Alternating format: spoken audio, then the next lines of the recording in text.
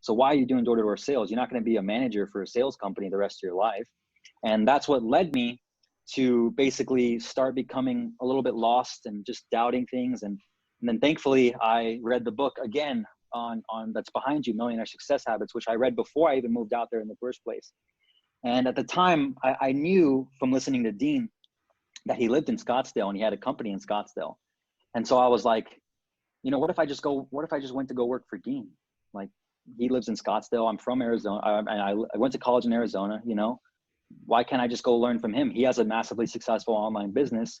If I can have him as my mentor, I can learn how to build an online business and I can help him build his business as well. I'll get the, you know, the shortcut to success by having a mentor.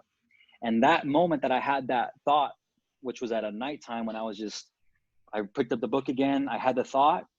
So imagine me sitting right here reading the book on my blow up air mattress. My laptop's over here.